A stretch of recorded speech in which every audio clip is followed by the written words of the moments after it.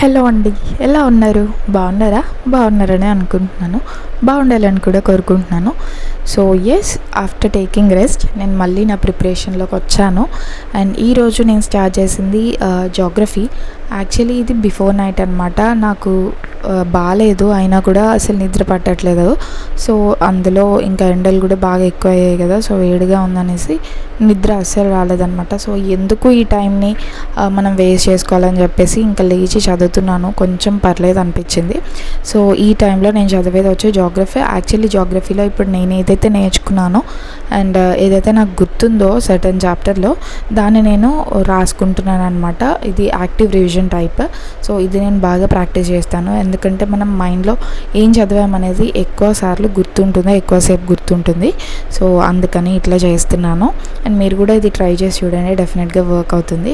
And ఎవరికైతే health బాగాలేదో మిమ్మల్ని మీరు పుష్ చేసుకోకండి, ఎందుకంటే అట్లా పుష్ చేసుకుంటే ఇంకా హెల్త్ అనేది పోతుంది, అంటే డిటోరియేట్ అవుతుంది, కానీ హెల్త్ మంచిగా అవ్వదు. So take rest for 1 or 2 days, మళ్ళీ స్టార్ట్ చేయండి, no problem.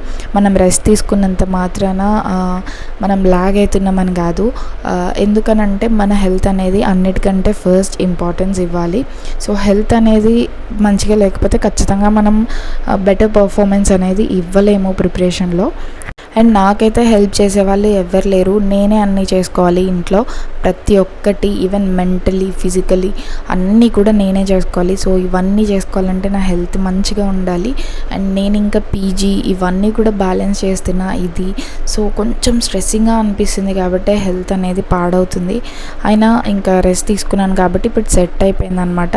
And next day morning ఇంకా నాకు ప్రాక్టికల్ ఉందని చెప్పేసి అసైన్మెంట్స్ స్టార్ట్ చేశాను. సో ఇది వచ్చి అసైన్మెంట్స్ రాస్తున్నాను ఆఫ్టర్నూన్ అంతా కూడా. UPSC aspirants, whoever is going to give their attempt in 2026, so here is the golden opportunity for you all.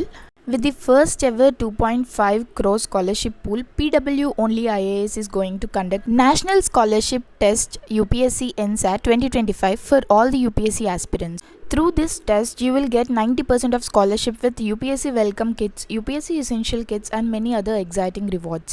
Exam will be on 23rd March, this coming Sunday, so both online and offline mode. People can write this exam from anywhere through online mode. You can also visit offline centers that are available in Karol Bagh, Patna, Lucknow, Mukherjee Nagar, Indore, Prayagraj to appear this exam. On 23rd March, the timings will be from 11 to 12 am. All the details will be given in the description box, so please do check out and register yourself right now as the seats are very limited. Grab this golden opportunity which was brought by PW Only IAS. Don't miss this opportunity. So ఇంకా అది complete అయిపోగానే ఇంకా evening అయిపోయింది. Evening ఇంకా coffee తాగేసి నేను మళ్ళీ news paper analysis చేయడం స్టార్ట్ చేశాను. మా బాబు పక్కన ఆడుకుంటున్నాడు. న్యూస్ పేపర్ అనాలిసిస్ అనేది ఇంకా నేను ల్యాప్టాప్లో వింటున్నాను. కొన్నిసార్లు నాకు హిందూ న్యూస్ పేపర్ డైరెక్ట్గా చదవడానికి కష్టం అవుతుంది, ఇట్లా బాబు విసిగిస్తున్నప్పుడు.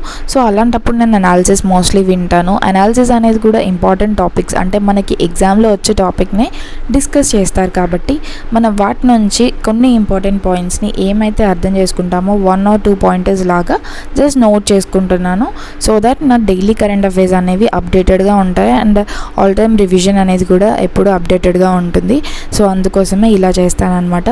మీరు ఇన్ కేస్ అనాలిసిస్ వినాలనుకుంటే డెఫినెట్గా చెక్ చేయండి, లేదంటే మీరు ఖచ్చితంగా డైరెక్ట్గా న్యూస్ పేపర్నే చదువుకోవచ్చు, Indian express of the Hindu. ఇలా ఇంకా ఈవినింగ్ టైంలో న్యూస్ పేపర్ అనాలిసిస్ కంప్లీట్ అయిపోగానే మళ్ళీ జాగ్రఫీ రివిజన్. ఇది వచ్చి physical geography 11th class NCERT నుంచి చదువుతున్నాను. అండ్ 11th క్లాస్ NCERT నుంచి కాదు, యాక్చువల్లీ ఇది నా నోట్స్ అనమాట. నోట్స్ నుంచి చదువుతున్నాను. నేను ఆల్రెడీ జాగ్రఫీ నోట్స్ చేసుకున్నాను కదా, సో ఆ నోట్స్ నుంచి రివిజన్ అనేది చేస్తున్నాను. అండ్ నోట్స్ ప్రిపరేషన్ అనేది ఎట్లా మనం జాగ్రఫీకి చేసుకోవాలి అంటే, జాగ్రఫీలో NCERT అనేది అంత బ్లాక్ అండ్ వైట్లో ఉంటుంది. సో ఆ ఇమేజెస్ అన్నీ మనకు అర్థం అవ్వదు. సో జాగ్రఫీ మోస్ట్లీ మీరు కలర్ఫుల్గా కొంచెం అర్థమయ్యేటట్టు డయాగ్రామాటిక్ ఫామ్లో చేసుకుంటే బెస్ట్. ఎందుకంటే మనకి జాగ్రఫీ అనేది కొంచెం టెక్నికల్గా అనిపిస్తుంది, కానీ మనం అర్థం చేసుకోవడం చాలా కష్టమవుతుంది అనమాట. సో అలాంటప్పుడు మనం గుర్తుంచుకోవాలి, లాంగ్ టర్మ్గా గుర్తుండి అండ్ ఎగ్జామ్లో మనం మంచిగా పర్ఫామ్ చేయాలి అని అనుకుంటే డెఫినెట్గా నోట్స్ అనేది జాగ్రఫీకి ఇంపార్టెంట్. అసలు the most important geography. A notes చేసుకున్నా చేసుకోకపోయినా, ఎందుకంటే జాగ్రఫీ అనేది మనకి మంచిగా వెయిటేజ్ ఎక్కువ ఉంటుంది. అండ్ ఆల్సో మనం NCERTs నుంచి నేర్చుకుంటే చదువుకుంటున్నాం. సో బేసిక్ బుక్స్ అని చాలామంది వదిలేస్తారు. అట్లా వదిలేయడం వల్ల వాళ్ళే చాలా లూజ్ అవుతారు. So 11th and 12th class geography NCERT is important and note making వాటి నుంచి అయితే చాలా ఇంపార్టెంట్.